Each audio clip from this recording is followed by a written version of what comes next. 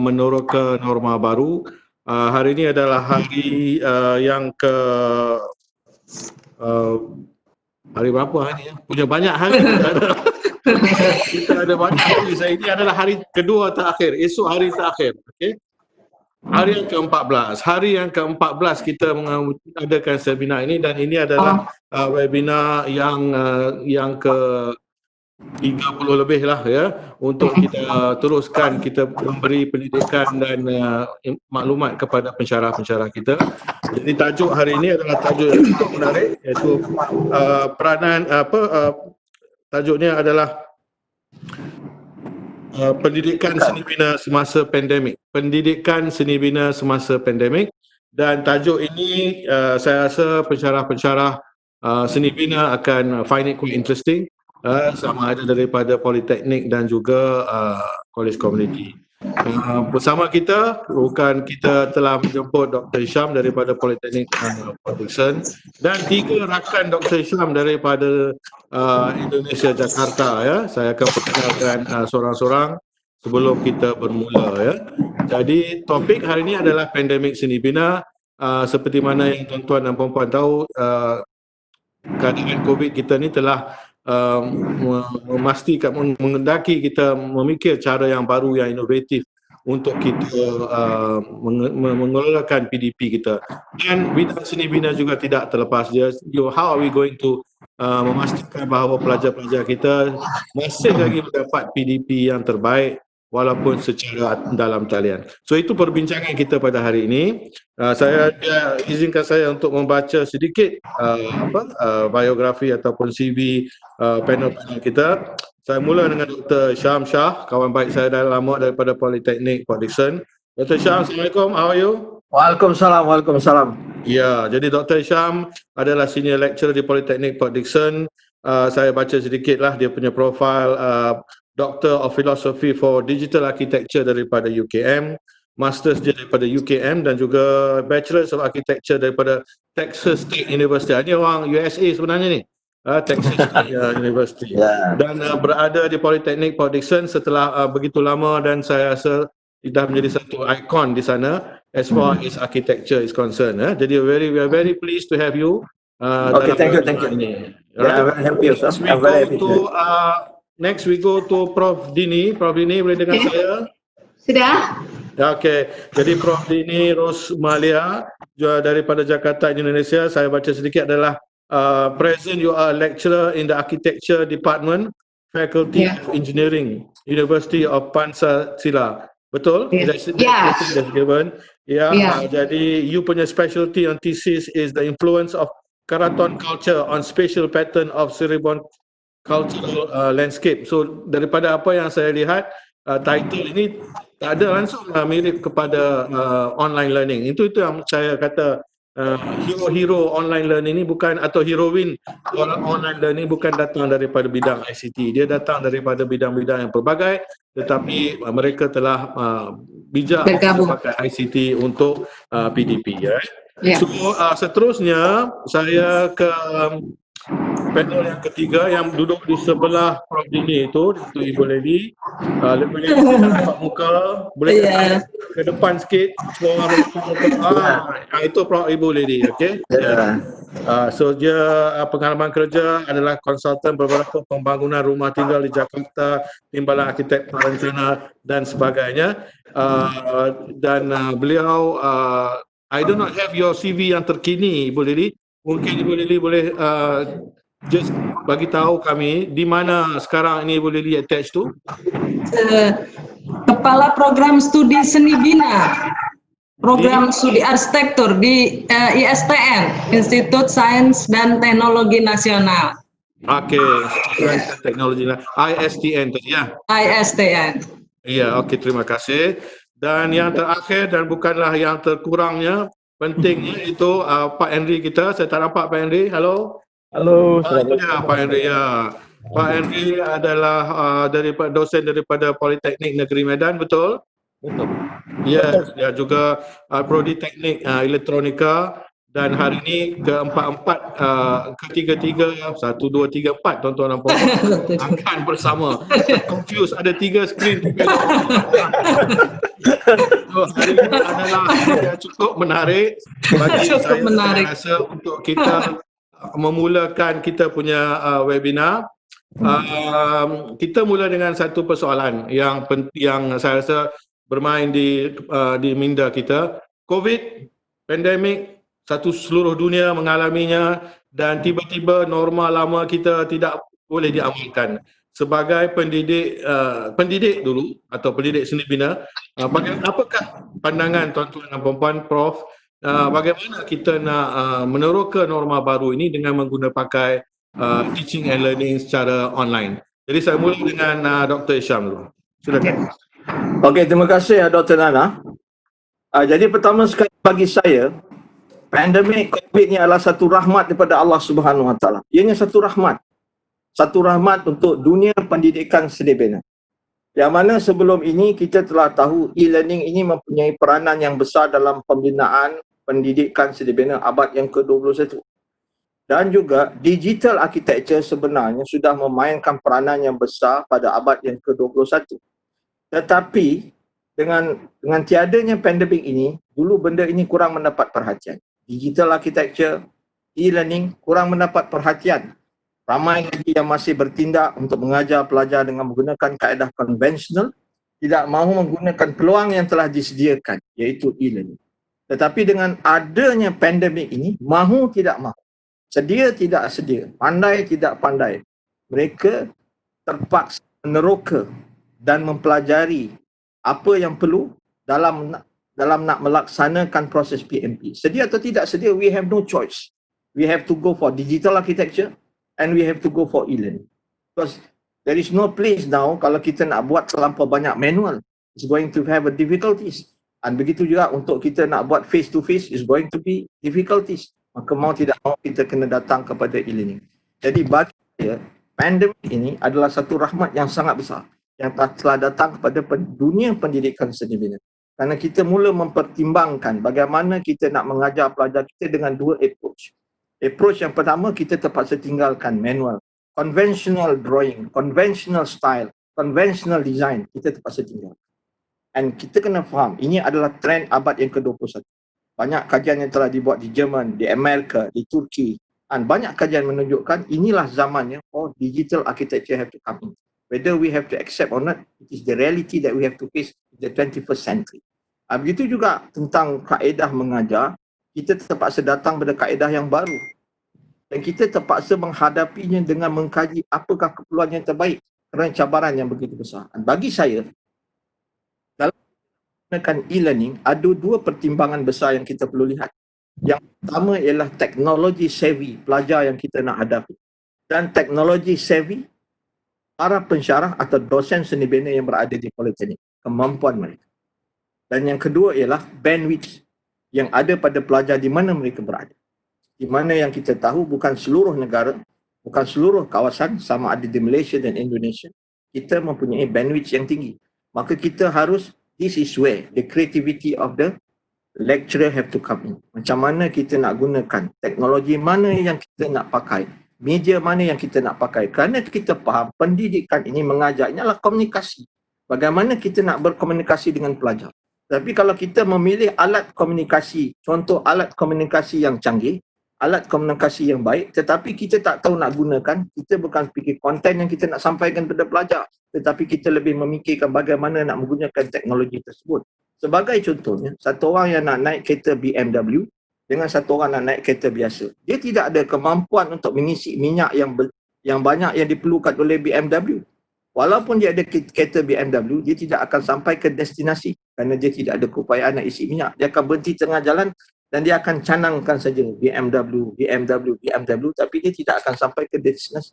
Sebaliknya satu orang yang dia mempunyai kemampuan wang yang sedikit tapi menggunakan kereta yang sesuai, maka dia naik, dia akan sampai ke destinasi. Begitu juga bagi saya. Bila kita nak mendidik anak bangsa kita, dalam kita nak mengajar mereka dalam dunia seni bina, pertama kita kena tengok kemampuan internet mereka. Dan yang kedua, kita kena tengok kemampuan yang ada pada diri kita. Jadi bagi saya tidak salah kita menggunakan seperti WhatsApp, Facebook, Instagram, Telegram dalam kita nak menyampaikan maklumat kepada pelajar-pelajar. Yang penting maklumat itu sampai kepada mereka dan mereka mendapat maklumat dengan baik dan proses PMP itu berjalan lancar. Itulah pandangan. Betul. Terima kasih Tuan Syam. Saya tertarik juga dengan statement yang awal mengatakan bahawa COVID ini adalah satu rahmat. Kepada e-learning kita lihatnya sebagai satu peluang untuk kita mengguna pakai ataupun memastikan teknologi e-learning dipergunakan, kerana ini telah lama kita perjuangkan. Tapi I'm sure daripada mereka yang telah mengalami kesedihan, kehilangan ahli keluarga, kita juga tidak boleh, I think, to say that ia adalah satu rahmat, ya. COVID ini telah mengambil the loved ones from us, dan kita faham apa yang dimaksudkan oleh Dr. Hisham, but at the same time kita faham juga bahawa sekiranya kita dah mengamalkan online learning ni begitu lama, tidak ada masalah untuk kita switch on kepada online learning apabila perkara-perkara yang tidak diingini ini berlaku. So thank you Dr. Hisham for your first part. Saya nak berpindah pada Pak Henry, soalan yang sama. Pak Henry, all yours. Okey. Terima kasih. Assalamualaikum warahmatullahi wabarakatuh. Terima kasih Pak Rotonanda. Saya bermula ingin menyampaikan Pak Isam, ini ada presentasi nanti saya jelaskan. Pak Isam memaparkan COVID ini rahmat. Saya memberikan pernyataan ini hikmah. Balik COVID ini ada hikmah. Ada hikmahnya selama COVID ini, selama work from home, nantinya saya belajar menggunakan kembali lagi di depan laptop. Kalau Pak Isam dan Pak Dokter atau Bu Lini dan Bu Dini melihat acara TV, back to laptop. Pak Henry, ya siap. Your audio tidak begitu clear. Mungkin you kena letak mic di berdekat sedikit dengan mulut kerana dia. Okey, ini dapat. Ya, alright, okay. Teruskan. Jadi alhamdulillah COVID ini membawa hikmah bagi saya. Hikmahnya yaitu saya kembali lagi back to learning by laptop, yang selama ini saya background dari elektronik, ya, elektronika control system, biasa di lab atau di bengkel ataupun di pabrik-pabrik, misalnya di pabrik-pabrik sawit menjadi instruktur dan asesor. Nah, di sini saya pelajari mendapatkan hikmah dari Pak Isam. Pak Isam juga sahabat dan mentor saya sejak 2016. Beliau mengajarkan saya tentang e-learning dari iSpring, Macintosh, Edmodo dan seterusnya. Sejak 2016 itu saya paparkan di presentasi saya, 2017, 18, 19 dan 2020. Baru-baru ini bulan Maret dan bulan April saya bersama Pak Isam melaksanakan yang namanya workshop internasional pertama sekali melalui UKM, yaitu unit kegiatan mahasiswa yang saya ketuai, yang diamanahkan pimpinan saya ke saya. Itu bidang saya PLC, tapi berkaitan semua by learning. Alhamdulillah itu lancar dan sukses. Akhirnya pelajar-pelajar saya juga berkenan untuk melanjutkan yang lain. Nah, dari pelajaran ini, dari hikmah ini saya lanjutkan, saya tingkatkan. Dan Pak Isam bersama saya juga sudah diwawancari langsung live dengan Klik TV. Klik TV di Medan, dan dari Jawa Bandung, dan disiarkan nasional. Alhamdulillah berkelanjutan. Dan baru-baru minggu lalu ya Pak Isam, saya undang Pak Isam sebagai pembicara by learning juga, Learning Collaboration Management System dengan Profesor Dasi dan Profesor Dian untuk meworkshopkan, mengajarkan para dosen membuat buku dalam tempo 1 bulan 5 buku. Itu Profesor Dasi Astawa, Ketua L2 Dikti 8, ya, dari Bali, NTB dan NTT, dan di e-bookkan nanti diajarkan oleh Pak Isam. Di sini saya sampaikan juga kepada Pak Isam untuk pembelajaran kemarin yang sama Profesor Dasi, ada gelombang kedua Pak Isam. Ini informasi berita bagus bagi Pak Isam. Ini berkelanjutan ini. Nah, dari hikmah itu saya pelajari dan saya amati dan saya pelajari terus baik online ini, kuliah e-learning collaboration ini antara Indonesia Malaysia, yang juga ini ada serumpun, sehati dan sejiwa. Saya ingat waktu ke Malaysia tahun 2016, dadanya seperti ini menyampaikan itu ada sehati sejiwa. tadi malam kami diskusi dan sama Pak Isam, akhirnya saya buat suatu yang namanya community, Pak. Community namanya SERSI. Di situ ada saya buat SERSI, itu artinya bagaimana mengkolek semua informasi, semua data, semua pembelajaran kita kolek. Saya ingin jadikan semacam TV kanal. TV kanal bekerja sama dengan abang dan saya, yaitu pemilik newsletter atau newspaper, namanya Varianda Putra Sinik, Medan Post Online. Nah, kenapa saya lakukan itu? Berbeda di Malaysia, jaringan internet sudah luar biasa. Kalau Indonesia ini luasnya sangat besar, lebih besar dari Malaysia, terkadang jaringan data internet tidaklah terlalu kencang. Nah, saya berpikiran bagaimana kalau saya TV-kan, sampaikan berupa konten.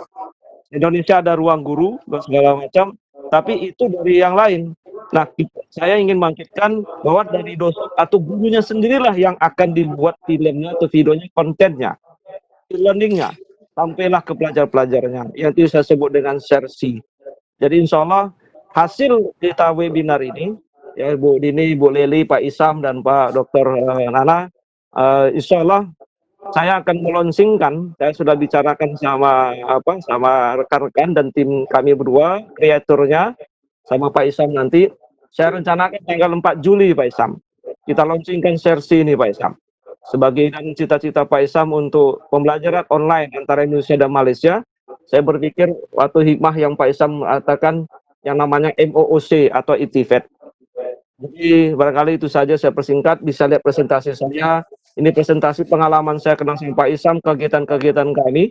Meskipun saya electrical department, tapi kami kerjasama untuk mendokumentasikan Istana Lima Laras di Kabupaten Batubara, Istana Maimun di Medan, Istana Langkat di Stabat, kemudian ada kegiatan Respect, ada RSTC, yang akan datang ini ada OMI, JCOT International Conference, dan ada IMOC International Conference yang kami akan lakukan. Itu by learning, by online. Itu saja yang bisa saya sampaikan. Saya tutup. Assalamualaikum warahmatullahi wabarakatuh. Waalaikumsalam. So thank you Pak Henry. Jadi ada apa yang saya faham daripada apa yang nak bicara oleh Pak Henry, bahawa dalam keadaan kita begini, kita perlu bekerjasama dengan lebih erat lagi, ya. Dan platform digital memudahkan kerja-kerja kolaborasi berlaku antara pihak-pihak yang jauh seperti sini dan juga di Jakarta untuk kebaikan bersama. Jadi itu adalah antara kelebihan yang ada dengan teknologi digital yang boleh kita guna pakai untuk bukan saja architecture saya bilang, tapi mungkin untuk bidang-bidang yang lain juga. Jadi sharing of best practices atau knowledge, ataupun tadi you kata mungkin measured drawings, bangunan-bangunan seni bina dan sebagainya. Okey, thank you. Jadi saya nak beri peluang pula kepada Prof Dini. Prof Dini dengan soalan yang sama, dalam keadaan kita pandemik ini, bagaimanakah, apakah pandangan Prof mengenai dengan kelebihan online learning? Okey, baik. Terima kasih. Assalamualaikum warahmatullahi wabarakatuh. Baik. Saya setuju dengan seperti yang disampaikan oleh Bapak Heri dan Dr. Isyam, ya, tentang bahwa pandemik ini kita punya sesuatu manfaat, ya. Artinya kita menemukan sesuatu pilihan yang lain, ya, dari pembelajaran yang biasa konvensional kalau di bidang arsitektur, ya. Karena biasanya kita sistem di studio, ya, karena utama pembelajaran kita ada kan studio, ya, face to face antara student dengan lecturer, ya. Jadi biasanya pakai kertas paper, ya, kemudian kita diskusi di atas paper tersebut. Nah, karena kondisi pandemik ini, kita memaksakan kami, ya, di bidang pendidikan arsitektur untuk beralih dari sistem konvensional ke digital. So, jadi kita harus putar cara bagaimana learning outcome dari studio tersebut bisa tercapai, walaupun kita tidak harus bertemu muka dengan muka, ya. Jadi bertemu face to face, ya, langsung. Di pengalaman di tempat kami di Universitas Pancasila, ya, memang seperti yang sudah disampaikan, mungkin hampir sama dengan di Malaysia dan di Medan ya, tidak terlalu jauh permasalahannya. Kita punya masalah di bandwidth tadi, jangkauan jaringan internet. Kebetulan mahasiswa atau student kami itu ada dari berbagai daerah di Indonesia, ya.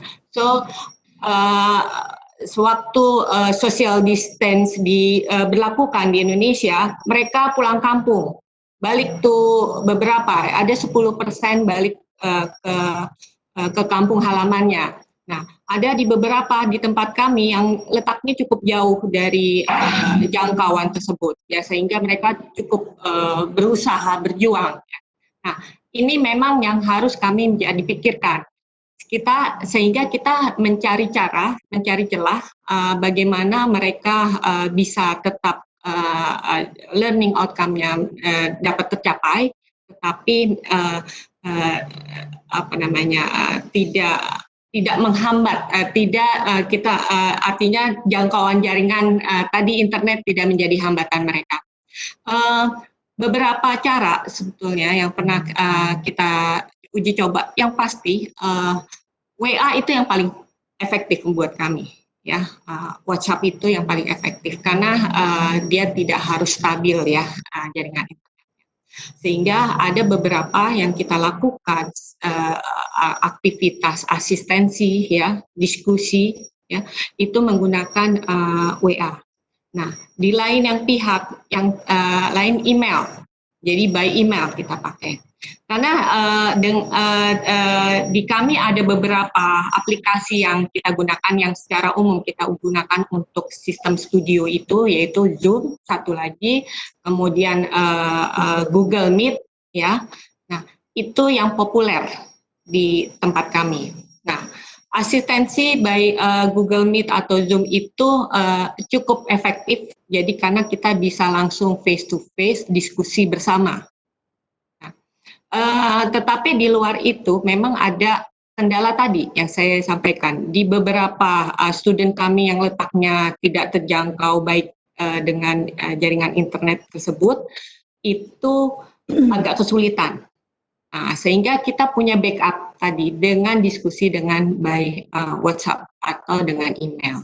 Jadi itu mungkin permasalahan di kita. Tetapi kami di para lecturer, para dosen di tempat kami, itu memang akhirnya kita harus terbuka, mau tidak mau harus berpindah dari konvensional ke digital. Memang sebetulnya kami sudah melakukan beberapa percobaan. Ya, bersyukurnya sebelum adanya pandemi kita sudah pernah melakukan kolaborasi antar universitas, ya. Jadi pernah dengan Surabaya, kemudian dengan Australia juga. Nah, jadi kita punya tim satu kolaborasi studio, dan di situ kita bagi beberapa kelompok anak-anak bergabung di situ dari semua. So,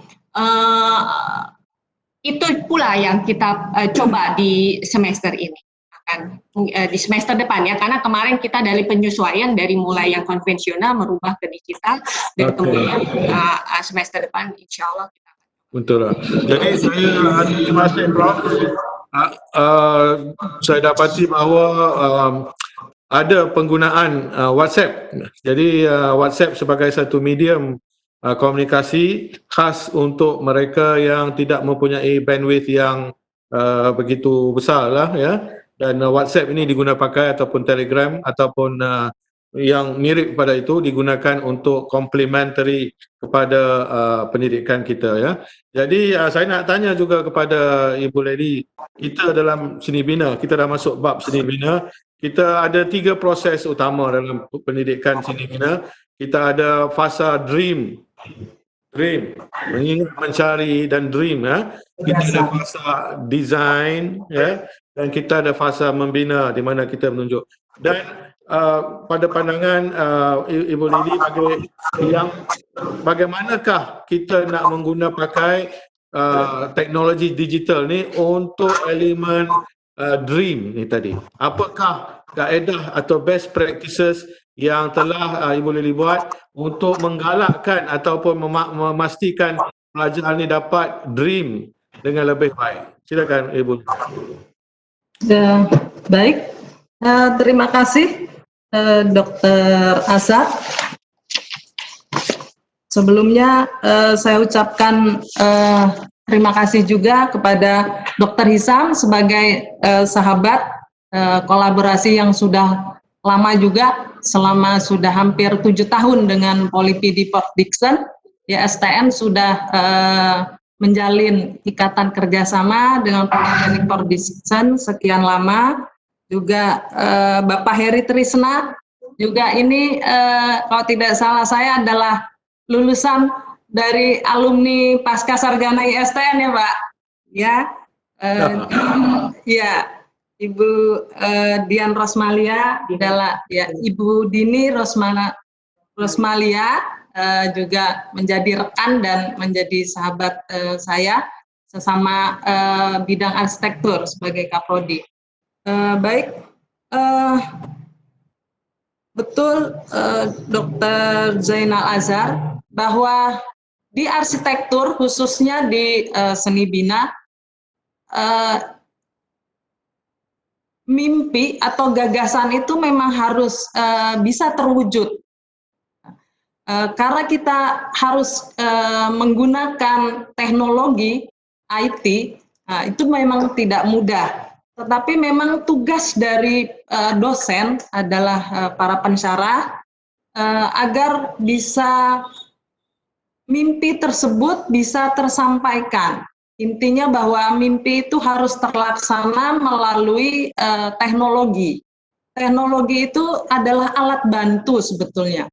Jadi teknologi apapun itu kalau menurut kami adalah alat bantu. Jadi tidak murni bahwa dengan menguasai teknologi kita bisa mewujudkan mimpi, tetapi teknologi itu akan bisa membantu kita mempercepat mimpi kita menjadi terwujud, khususnya untuk mahasiswa di arsitektur. Penggunaan penguasaan teknologi itu harus kreatif, para pensyarah dan dosen dituntut untuk kreatif. Jadi dalam penguasaan teknologi kita juga harus melihat bahwa tadi sudah diutarakan oleh Dr. Hisam, oleh Dr. Heri juga Ibu Dini, bahwa kita harus melihat dulu kapasitas dari sumber daya manusia kita, yaitu yang pertama adalah mahasiswa, yang kedua pensarah, juga dukungan dari institusi. Nah, kalau di ISTN memang kita sudah memiliki kerjasama dengan Google Meet, yang sudah mempunyai fasilitas yang demikian luas dan sangat membantu para pensyarah dan mahasiswa untuk mewujudkan mimpinya tadi. Jadi dukungan dari institusi memang sangat diperlukan. Selain dari kesiapan dari para dosen dan pensarah dalam penguasaan teknologi tersebut. Jadi memang kita saat pandemi COVID ini selain ada rahmat juga kita harus mempersiapkan. Siap dan tidak siap, tadi seperti Dr. Hisam katakan, kita sudah harus melakukan itu, mau tidak mau, tapi pada intinya adalah suatu pengajaran apapun itu memang harus dengan memiliki jiwa. Jiwa inilah yang harus kita dapatkan.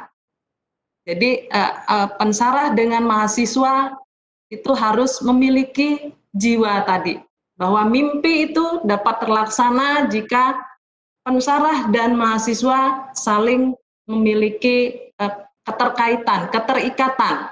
Nah, itulah tugas kita sebagai pensarah dalam mewujudkannya.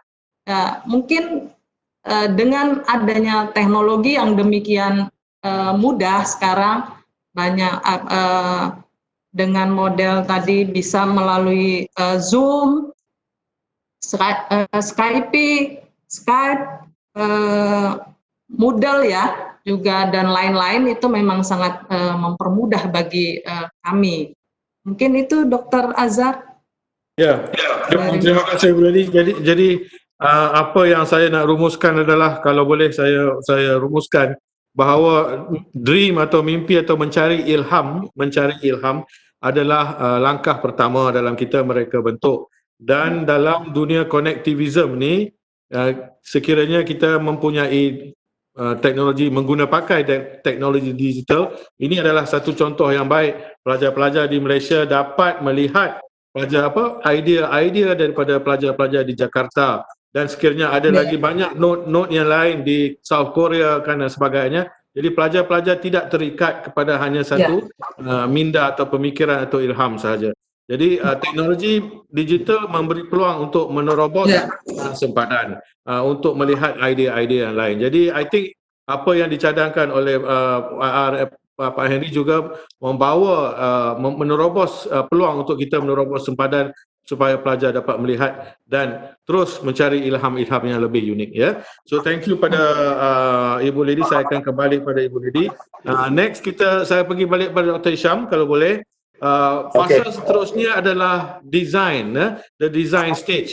Macam mana yang kita tahu design stage ni, dia ada analysis, dia ada synthesis, dia ada simulation, lepas tu dia ada final product.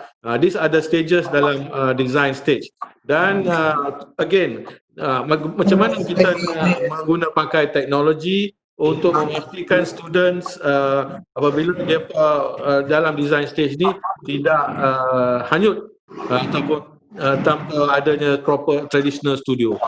Dr. Syam. Okey, terima kasih Dr. Nana. Jadi saya suka berkongsi apa yang saya telah laksanakan, apa yang saya telah buat dalam mengendalikan kelas design bagi pelajar-pelajar USM KPM DPPD. DPPD ini kita ada satu program ijazah sarjana muda ataupun S2 kalau di Indonesia. Okey. Jadi kalau macam mana yang kita faham, dalam melaksanakan proses design dia ada 4 stage. Stage yang pertama ialah analisis. Analisis ini maknanya stage di mana kita nak mendapatkan maklumat yang kita perlukan untuk kita menjalankan reka bentuk. Yang kedua ialah sintesis. Yang ketiga ialah simulasi, sintesis pencetusan idea, simulasi perbandingan idea, dan yang keempat ialah final product. Okay, kita akan pergi satu persatu. Bagaimana saya kendalikan perkara ini? Bagi proses yang pertama iaitu analisis. Bagi proses analisis, sebagai dosen kita perlu memberi maklumat kepada pelajar dahulu sebelum buat analisis ataupun sebelum mereka memulakan reka bentuk, apakah skop design yang kita mahu daripada mereka.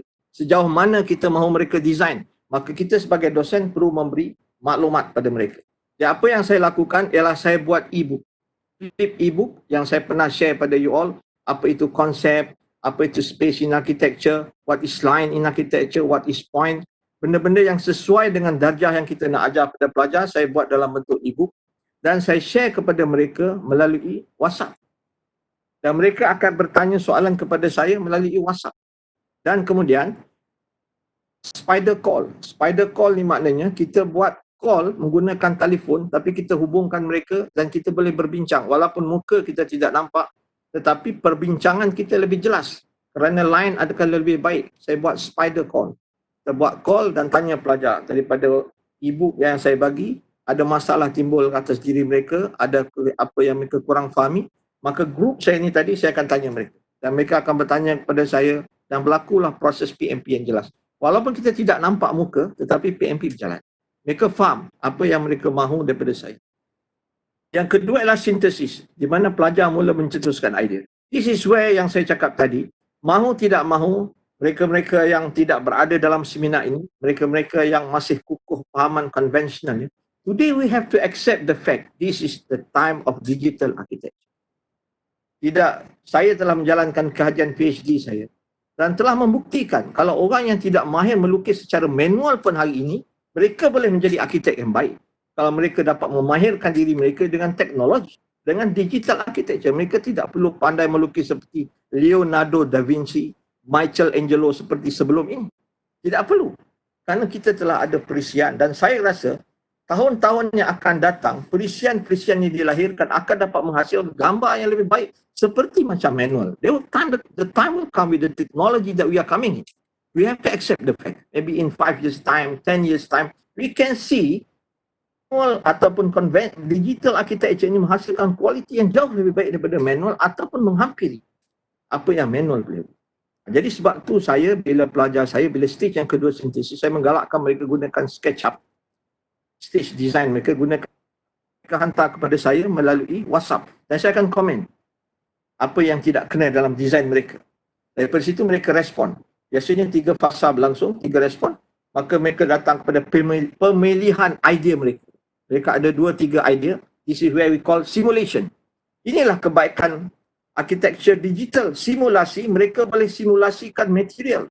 Material dengan menggunakan perisian seperti Revit, simulasikan. 3D Studio, simulasikan bahan binaan, simulasikan pencahayaan, simulasikan bukaan. Dan mereka boleh gunakan VR, virtual reality. Mereka sendiri masuk dalam ruang. Tengok di mana ketinggiannya sesuai, pintu yang sesuai. So simulasi dengan digital architectnya tadi, pelajar akan hantar melalui Facebook ataupun YouTube. YouTube personal, mereka akan hantar video mereka. Ini dia punya animasi dia, ini dia punya ruang dia. Maka kita membantu pelajar, guide mereka daripada beberapa pilihan yang mana mereka nak jadikan final dalam desain mereka. Dan akhir sekali, barulah kita datang ke stage final product. Di final product ini, sebenarnya the best is kita kena share pada masyarakat di luar. Lebih ramai orang tengok design kita, lebih ramai respon. This is show the quality of our design. Saya menggalakkan final product saya tadi ni, pelajar buat dalam bentuk video, animasi, upload dalam YouTube dan upload dalam Facebook. Dan saya boleh tunjukkan, kalau kita ada masa saya boleh tunjukkan, tetapi tidak ada peluang dalam sesi ini untuk tunjukkan bagaimana pelajar saya sharing dia punya maklumat ni di dalam Facebook dan YouTube. Dan all these tool adalah tool yang senang, yang mana pelajar tidak perlu belajar detail. Saya rasa Facebook, WhatsApp, YouTube ini adalah satu tool yang mana makcik yang jual goreng pisang kat tepi jalan tu pun dia boleh pakai Facebook. Kan, acik yang goreng kari pun dia boleh belajar gunakan Facebook, dia boleh share. So this is the tool yang kita nak pakai to share to the public. So dengan YouTube, dengan Facebook, dia akan share dia punya design presentation kepada saya. Dan pada masa akan datang, saya lihat kita boleh buat respect yang kita jalani selama ini secara online. Pelajar dari Korea hantar produk dia, pelajar dari ISTN, pelajar dari Pancasila, pelajar dari PPD. Kita boleh share dalam satu seminar online. Kita boleh buat galeri online. Dan pelajar boleh share dalam room-room yang kita akan susun. Dan kita akan ada future yang lebih besar dalam digital architecture. We have to come into the digital architecture. We have to accept the fact that the conventional time is over. The conventional time is over. Now is the time for the digital architecture. Whether we're ready to accept or not, we have to swallow that the time of conventional is over and now is the time of digital architecture, and we have to go forward. We have to go forward with the e-learning process. Macam mana yang saya janakan tadi, menggunakan e-book, menggunakan WhatsApp, menggunakan Facebook dan menggunakan YouTube dalam kita nak berinteraksi dan dalam kita nak menyampaikan maklumat-maklumat kita kepada mereka di luar sana. Itu saja Dr. Nana daripada saya.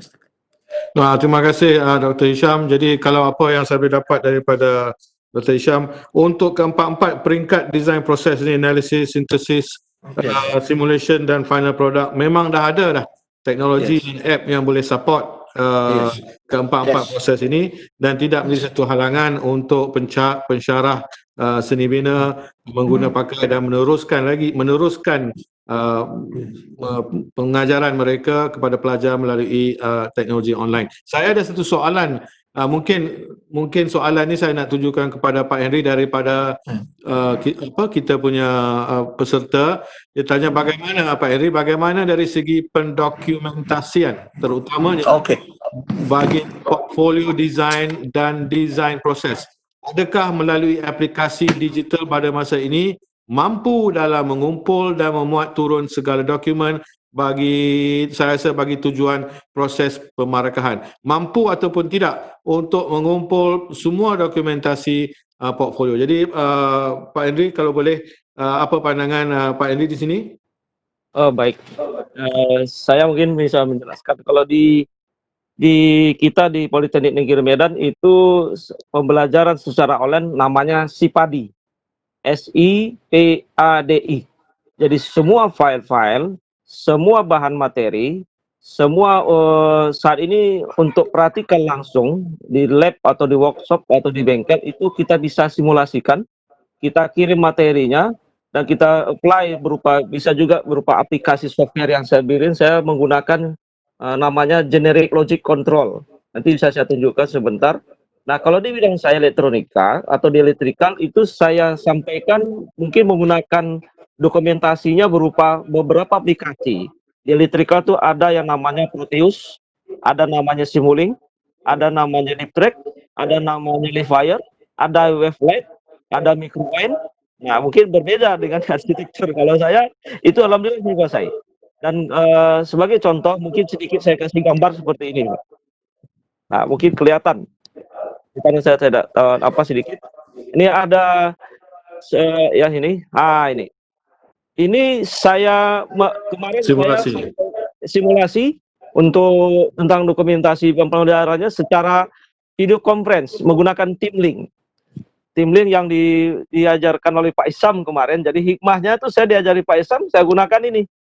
Saya paparkan ini, peralatan ini saya tunjukkan, mulai kontrol sistemnya, bagaimana sinyalnya. Dan ini software lengkap. Tidak hanya bidang kontrol, ada DCS semua. Nah, untuk dokumentasinya, saya untuk bahan bukunya atau handout-nya, kita buat PowerPoint, dan karena saya berkolaborasi dengan Pak Isam, saya kirim sama Pak Isam. Pak Isam tolong flip chartkan. Jadi Pak Isam juga bantu saya, supaya mahasiswa itu membaca hasil simulasi atau hasil pembelajarannya yang dikomunikasikan berupa e-book. Nah, jadi tugas-tugas pun atau workshop kemarin saya e-bookkan. Ya, kalau kemarin workshop dengan Pak Isam itu ada 12 materi selama 1 bulan penuh bulan puasa. Nah, itu saya e-bookkan dengan Pak Isam dan simulasikan. Dan juga ada satu pemateri yang dia praktekkan langsung seperti alat nampak mungkin di belakang saya, Pak Dr. Azhar ya. Ada seperti tas warna putih yang seperti ini. Saya tunjukkan. Nah, ini. Ya, kelihatan. Nah, mana? Nah, ini. Ini itu adalah suatu alat yang mungkin kalau di lab itu bisa dilaksanakan. Jadi kalau misalnya di praktek sekarang tidak mungkin. Maka ketika nanti ini ada dosen kemarin juga mempraktekkan langsung disorot, di TV kan kalau bahasa saya kita sorot di stasiun. Gimana dosen itu menerangkan, menggunakan, mengoperasikan peralatan tersebut. Jadi mahasiswa bisa lihat, oh dari awal mengoperasikannya inputnya begini, prosesnya begini, dan outputnya apa. Apakah berupa ukuran tegangan, atau arus, atau LED, atau indikator, dan seterusnya. Itu pakai alat.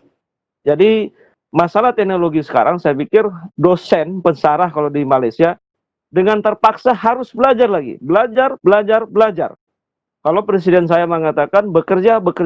Saya belajar. Sampai mati, sampai ke liang lahat. Jadi hikmahnya itu, setiap sesuatu itu ada hikmah sebalik dan tersirat.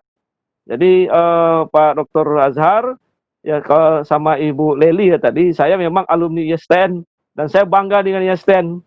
Ya dengan bangga ISTN karena dulu kuliah di sana pasca gitu kan. Nah inilah produk dari ISTN.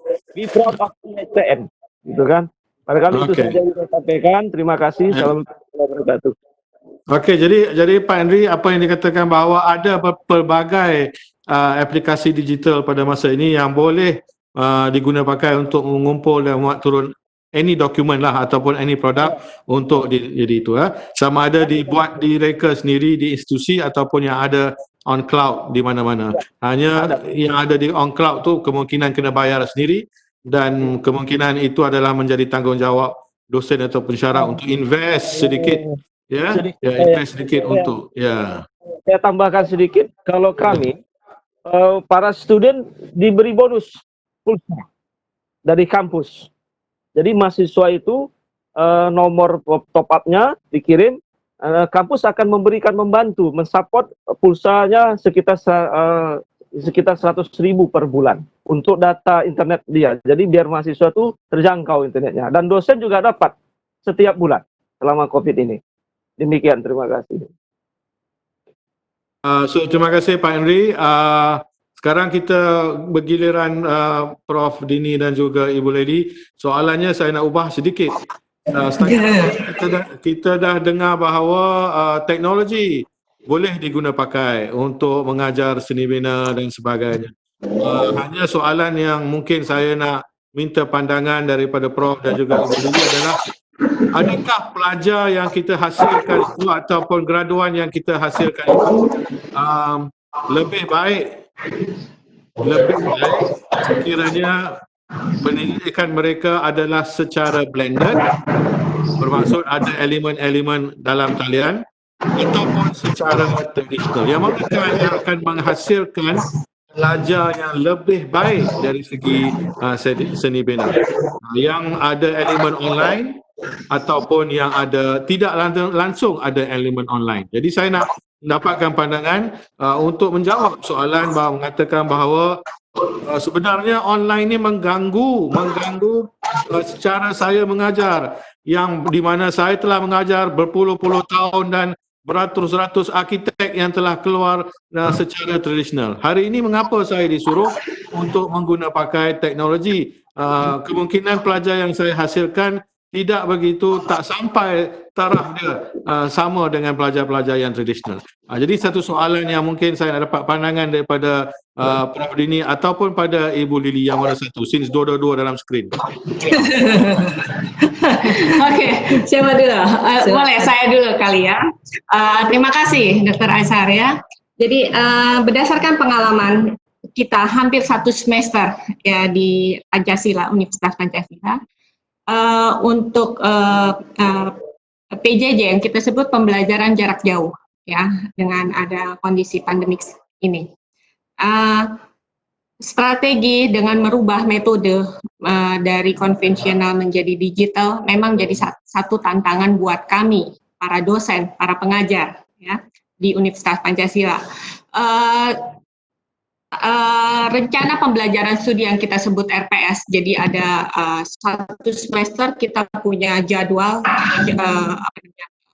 target-target topik-topik yang harus kita sampaikan ke mahasiswa dan mereka harus punya mencapai itu di akhir semester. Nah, yang mungkin sebagian besar adalah konvensional pada sebelumnya, pada masa sebelumnya, yaitu di mata kuliah studio yang berbasis studio. Nah, kita rubah menjadi digital. Ada kelebihan, ada kekurangan. Jadi, kalau untuk kelebihannya, ya, ternyata bagi student kami itu lebih fokus, ya, karena dia tidak dia hanya di rumah saja mengerjakan semua tugasnya, ya. Jadi target yang kita kerjakan relatif tercapai, ya, sesuai misalnya per minggu dia harus mencapai harus sudah sampai analisis, dia capai semuanya dan hampir 90% itu tercapai target untuk target-target tersebut ya. Masalah yang lain adalah ternyata kita tidak bisa kontrol secara kualitas dari misalnya kalau di arsitektur kebetulan saya mengajar di level yang semester tahun pertama dan tahun kedua. Jadi basic untuk mahasiswa basic. Di kami mahasiswa basic itu masih menggambar secara manual. Jadi sketsa kan itu menjadi hal yang sangat penting untuk mahasiswa arsitektur kami. So ini agak sulit buat kami untuk mengecek apakah benar kualitas gambarnya itu dia yang menggambar atau digambar oleh orang lain itu ya. Dan kemudian kita juga mengontrol bagaimana dia pada saat dia prosesnya ya. Jadi yang cuma bisa kita lihat setelah dia jadi baru kita cek ya kebenarannya itu. Jadi itu. Tapi kalau misalnya itu langsung ke digital nggak ada problem sebetulnya. Mungkin itu yang bisa saya sampaikan. Jadi ada 2 kelemahan dari learning outcome. Ya, jadi target dari setiap semester. Mungkin itu yang bisa saya sampaikan. Okey, terima kasih. Topik yang sama. Ya, baik Dr. Azhar. Betul, dengan penggunaan sistem digital memang ada beberapa mahasiswa yang tingkat keberhasilannya kalau secara konvensional dia ibaratnya dia masih rata-rata lah ya. Tapi dengan menggunakan sistem digital karena dia penguasaan teknologinya jauh lebih baik, maka dia bisa melaksanakan atau menyelesaikan tugas jauh lebih cepat gitu. Jadi terutama untuk mahasiswa yang kalau konvensional mereka kurang aktif, bahkan ada mahasiswa yang intinya tidak bisa banyak cakap, kurang secara conversation dia kurang penguasaannya. Tapi dengan adanya digital, mahasiswa yang tadinya terkendala dengan conversation dengan dosen, maka akan jauh menguasai. Jadi tingkat keberhasilannya itu lebih tinggi dibandingkan yang mahasiswa secara konvensional tadinya memang secara conversation dia menguasai, tapi secara teknologi standar. Jadi begitu Dr. Azhar. Jadi tingkat keberhasilan itu memang ada dari segi kalau kita menggunakan sistem learning ya dengan digital. Dan perlu kami sampaikan ISTN sudah menggunakan e-learning. Jadi kami juga sudah bekerja sama dengan Google. Jadi mudah-mudahan memang sekali lagi bahwa kita harus siap memajukan anak bangsa bahwa di arsitektur maupun di bidang lain dengan penguasaan teknologi itu sangat mempermudah. Mungkin itu Dr. Azhar. Terima kasih Ibu Lady. Soalan yang seterusnya mungkin balik kepada Dr. Hisham. Selama ini kita bercakap mengenai students. Apa pula peranan pensyarah? Bagaimana pensyarah perlu menyediakan diri atau mengubah minda untuk mereka pakai teknologi digital ini supaya dapat menghadapi pelajar-pelajar yang dikatakan millennial, Z generation dan sebagainya. Apa pesanan Dr. Hisham kepada lecturers kita dalam perjalanan untuk mencari ataupun mengubah suai cara pendidikan daripada tradisional ke digital? Hisham?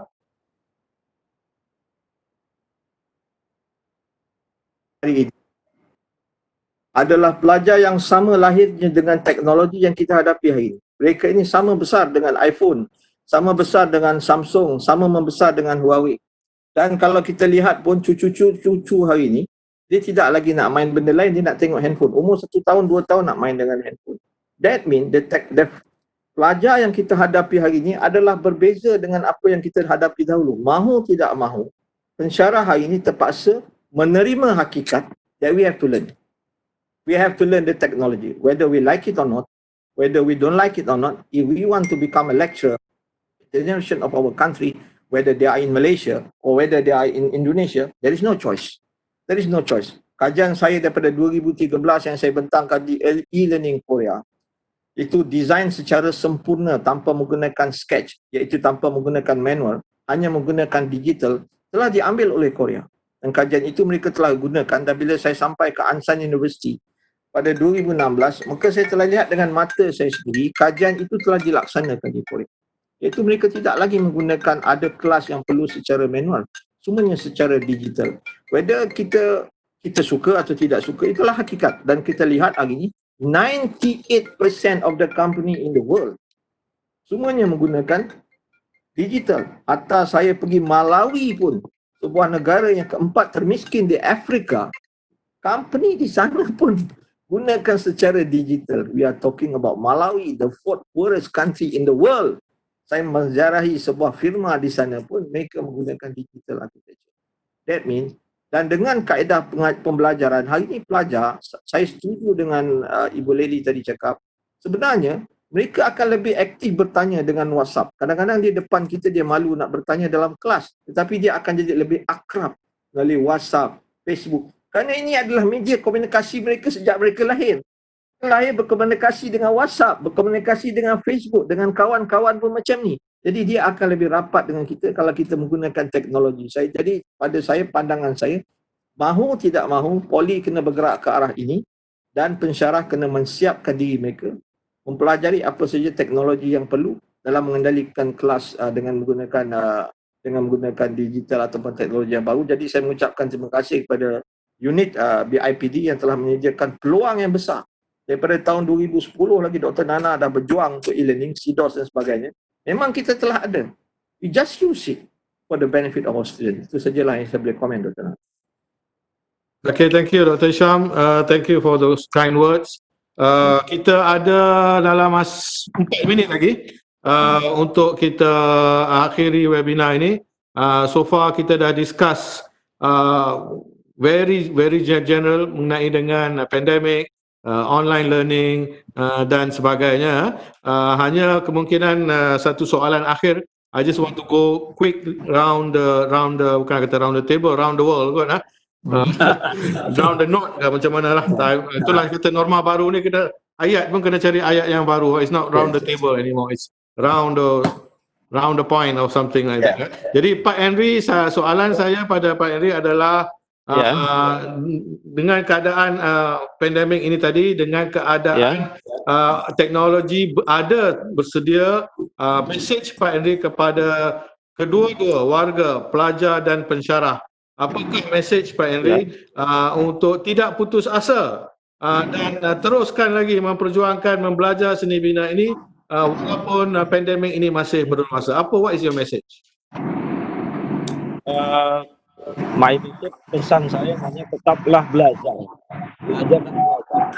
Jadi mencari sesuatu, makanya saya buat suatu komunitas yang namanya Sarsi. Jadi kalau dibahasakan bisa Sari, bisa searching. Berkolaborasi dengan Pak Isam itu salah satu. Jadi saya berpesan jangan menyerah dan tetap semangat. Di masa COVID ini semua bisa kita pelajari, dan kalau memang ada kemauan, ada semangat, itu bisa kita pelajari. Jadi jangan ada sedikit pun putus asa. Itu saja yang mungkin saya sampaikan, Pak Dr. Nana. Terima kasih. Okay. Prof Dini. Untuk pesan saya mungkin bahwa kita dengan kondisi seperti ini kita harus upgrade, siap untuk upgrade diri ya, kualitas diri. Jadi jangan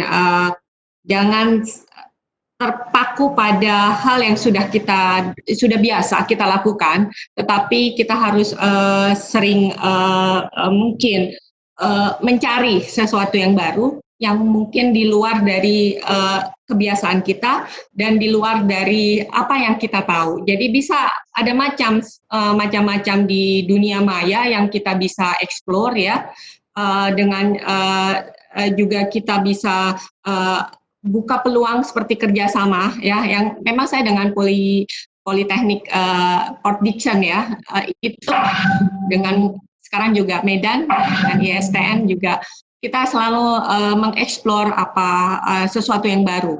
Kebetulan memang seharusnya saya dengan Dr. Isyam tahun ini punya kegiatan joint research sebetulnya. Tetapi ini kita lagi coba cari bagaimana joint research ini bisa tetap terlaksana tanpa harus bertemu muka. Nah, itulah salah satu yang kita harus upgrade metodenya ya. Joint research, collaboration research tanpa harus temu muka, tanpa harus survei langsung ke lapangan, site survey, tetapi kita tetap melakukan kolaborasi tersebut. Jadi ilmunya kita tidak stagnan ya, tapi kita tetap harus mengupgrade pengetahuan dan kualitas diri kita. Ini itu. Ya, tidak untuk dosen tapi untuk murid. Baik, Dokter. Intinya bahwa sekali lagi mudah-mudahan pandemi COVID ini segera berakhir dalam waktu sesingkat-singkatnya, tetapi apapun kondisi bahwa kita dipaksa bahwa harus menguasai teknologi digital dalam waktu cepat, ada dan tidak ada COVID, ada dan tidak ada pandemi COVID-19, kita sudah harus siap. Karena teknologi itu tidak menunggu. Teknologi itu tidak menunggu. Kita yang harus aktif. Itu yang pertama. Yang kedua, semua dosen dan pensarah dituntut untuk lebih kreatif. Harus kreatif dalam menguasai dunia digital. Yang ketiga, sekali lagi saya katakan bahwa teknologi itu adalah alat bantu kita semua untuk mempermudah. Jadi apapun teknologi yang kita gunakan, apapun metode yang akan kita terapkan, intinya adalah mempermudah. Kalau itu kita lakukan membuat sulit, maka jangan kita berikan. Jadi intinya mungkin itu. Terima kasih Dr. Azhar. Okey, terima kasih. Jam di belakang Prof Dini itu betul-betul 11.30 saya nampak. Ya. Okay. Jadi saya nak akhirnya saya nak bagi peluang kepada Dr. Hisham lah, kerana sebagai wakil kepada semua dosen-dosen, tuan-tuan dan puan-puan Prof, apakah yang nak sampaikan kepada semua kita sebelum kita mengakhiri webinar ini. Jadi Syam, representator, ya. Okey, pertama sekali kita mengucapkan jutaan terima kasih kepada webinar dan Dr. Nana kerana kepercayaan diberikan kepada kami untuk kami kami bersidang, berbincang pada hari ini berhubung dengan pendidikan semasa pandemik di Malaysia dan Indonesia. Apa yang saya lihat pada masa hadapan akan berlaku kerjasama dalam kita nak mengajar pelajar kita, iaitu bertukar dosen. Kalau dulu bertukar dosen, agak sukar. Kami pun naik kapal terbang, tidur di STN, kena cari makan pucuk durian. Tapi pada hari ini, enggak ada masalah lagi. Nak adanya e-learning, you all boleh invite saya ke untuk mengendalikan kelas, untuk menyemak drawing pelajar, untuk berkongsi pengalaman dengan pelajar-pelajar di STN dan di Pancasila. Begitu juga bagi saya invite Ibu Dini untuk berkongsi pengalaman keraton di Malaysia tanpa dia perlu datang ke nasi Arab 115, nasi Arab 115, perlu datang ke sini. Hanya perlu secara online. Dan kita boleh bertukar dosen dan kita juga boleh datang ke satu idea itu. Kita mungkin pada masa yang lebih jauh lagi kita akan ada e-politeknik. E-politeknik pelajar datang dari berbagai tempat, lecturer daripada berbagai negara. Kita hanya pada satu center. Mereka tidak perlu jumpa face to face, tetapi mereka boleh mendapat degree. Jadi apa pada hari ini telah membuka minda kita bersama bahawasanya pendidikan, teknologi adalah sesuatu yang tidak dapat kita elakkan, ianya harus bekerjasama. Sekali lagi bagi pihak dosen, bagi pihak ISTN, Pancasila, bagi pihak politik, kami mengucapkan terima kasih kepada Dr. Nana, dan bagi pihak rakan-rakan sekalian, saya mengucapkan terima kasih kerana Ibu Dini walaupun nampak sibuk, Ibu Lady walaupun nampak capek kan, Pak Heri capek, tapi kami mengucapkan terima kasih kerana sudi menyediakan masa. Tapi harapan kami moga kita berjumpa lagi secara fizikal, kerana bagaimanapun Mi Aceh di Medan Siti Bobrok itu masih sendiri. Okay, thank you. Ya, terima kasih Dr. Hisham, terima kasih kepada Pak Henry, Prof Dini dan juga Ibu Leila kerana dapat bersama kita. Leila Kadam juga ya. Untuk masa sejam ini, saya rasa ini adalah satu eksperimen yang cukup menarik. Kerana eksperimen ini saya rasa membuktikan bahawa kita boleh berkomunikasi, berbuat perbincangan, sharing of ideas, walaupun kita berada beratus-ratus batu jauh from each other ya. Kalau kita rancang dengan baik, kalau kita strategize dengan baik, kita boleh memanfaatkan digital technology ini untuk kebaikan bersama. Jadi untuk bagi pihak webinar series digitalisasi TVET meneroka norma baru ini, kami nak ucapkan terima kasih kepada kumpulan antarabangsa ini kerana dapat bersama kami dan saya faham bahawa ini 1 jam sahaja, masa tidak mencukupi. Saya tahu banyak benda yang mungkin nak ditanya. Mungkin kita akan adakan satu siri yang khas yang lebih fokus kepada sesuatu topik supaya kita boleh membuka minda dan berbincang dan sebagainya. Jadi bagi pihak saya dan juga pihak Politeknik dan College Community IPD, saya nak mengucapkan terima kasih kepada semua dan tuan-tuan dan puan-puan sekalian kerana bersama kita pada hari ini. Jangan lupa kita ada the next slot, kita akan bermula pukul 3 dengan tajuk mengoptimalkan sesi PDP dan persalinan untuk memenuhi standard persijilan. Jadi, thank you very much. Assalamualaikum dan salam sejahtera. Assalamualaikum. Assalamualaikum. Salam.